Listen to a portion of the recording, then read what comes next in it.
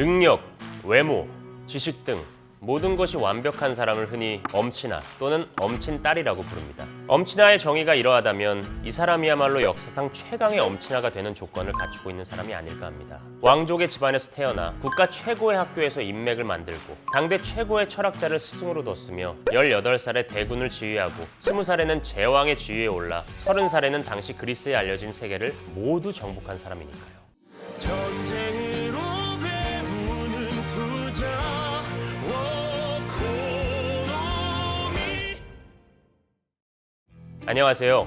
워코노미 시즌2 정복자들의 선택의 뮤지컬 배우 변희상입니다. 앞에서 말씀드린 역사상 최강 엄친아는 바로 불과 10여 년 동안 그리스의 숙적이었던 페르시아라는 대제국을 멸망시키고 이집트를 넘어 인도까지 정복의 발을 내딛었던 알렉산더 대왕입니다. 최강의 엄친아로 시작해 그리스 신화의 주인공과 같은 삶을 살았던 알렉산더 대왕은 과연 어떤 사람이었을까요? 그리고 그 알렉산더 대왕이 현대의 금융시장에 투자를 했다면 어떤 투자 성향과 원칙의 근거에 자신의 자산을 운용했을까요?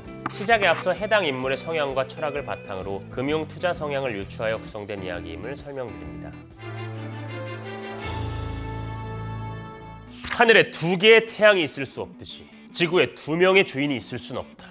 알렉산더 대왕은 좋게 말하면 매우 강한 자부심, 나쁘게 말하면 누구도 말리지 못하는 자기 과시의 욕구를 가진 사람이었습니다. 전투에서도 자신이 알렉산더라는 점을 적과 아군이 모두 잘 볼 수 있도록 투구에 장식을 했고 정복한 도시에는 자신의 이름을 딴 알렉산드리아라는 이름을 붙이기도 했습니다. 끊임없이 자신의 존재감을 증명하고 싶어 했던 그에게 정복과 전쟁은 스스로의 능력을 증명하는 일종의 승부나 경기가 아니었을까요?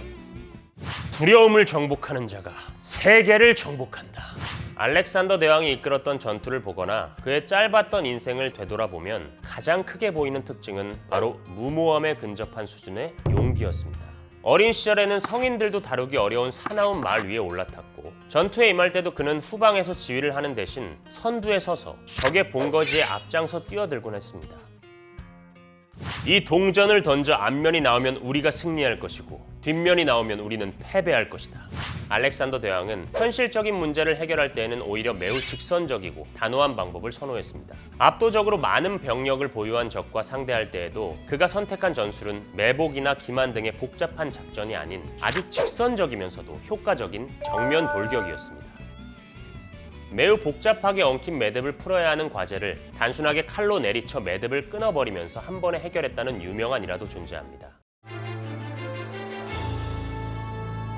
위와 같은 투자 성향을 고려할 때 글로벌 ETF, 특히 그중 테마형 ETF들이야말로 알렉산더 대왕이 상당히 애용할 만한 투자 대상이라는 판단입니다. 주식시장이 움직이는 국면에 대한 예측과 함께 일종의 승부를 가늠하는 매매를 할 수 있다는 점이 테마형 ETF가 가진 중요한 특징입니다. 또한 승부를 건 결전을 선호했던 그의 성향을 고려할 때 무작정 기다리는 식의 투자보다는 투자 기간이 명확한 단기 매매를 사용했을 것으로 판단됩니다. 아마 손실이 발생된다면 일단 정리하고 새로운 ETF로 승부를 보려 했을 가능성이 높을 것으로 예상할 수 있을 것 같습니다. ETF의 경우 매매가 상당히 편리하다는 점도 단순한 솔루션을 선호하는 알렉산더 대왕에게는 상당히 어필할 수 있는 중요한 요인이었을 것입니다. 이 대목에서 한 가지 강조하고 싶은 부분은 관리의 문제입니다. 전쟁이라는 한판의 승부에서 오로지 승리라는 단어 이외에는 알지 못했던 알렉산더 대왕이 의외로 관리와 유지라는 부분에서는 아쉬운 사례들을 남기고 있기 때문입니다. 예를 들어 그를 믿고 정복 전쟁에 참여했던 마케도니아 출신 병력들에 대한 정서 관리가 제대로 되지 않아 말년에는 암살 시도가 발생하기도 했습니다. 이처럼 정복 전쟁에는 매우 뛰어난 측면을 보였을지라도 대제국을 운용하고 관리하는 데는 그렇게 큰 자질을 보이지 못했습니다. 시장의 국면이 변하면 매매의 대상이나 전략도 함께 변해야 하는데 여기에 적응하지 못할 시에는 상당히 큰 피해가 발생할 수도 있는 투자 성향이라는 의미입니다.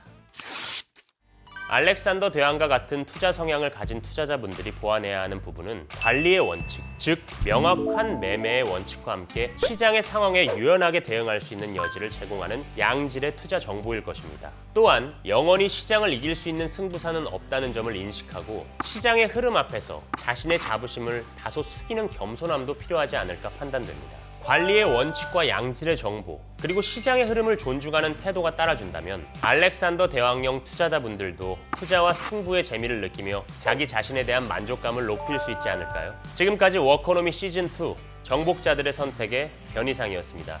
감사합니다.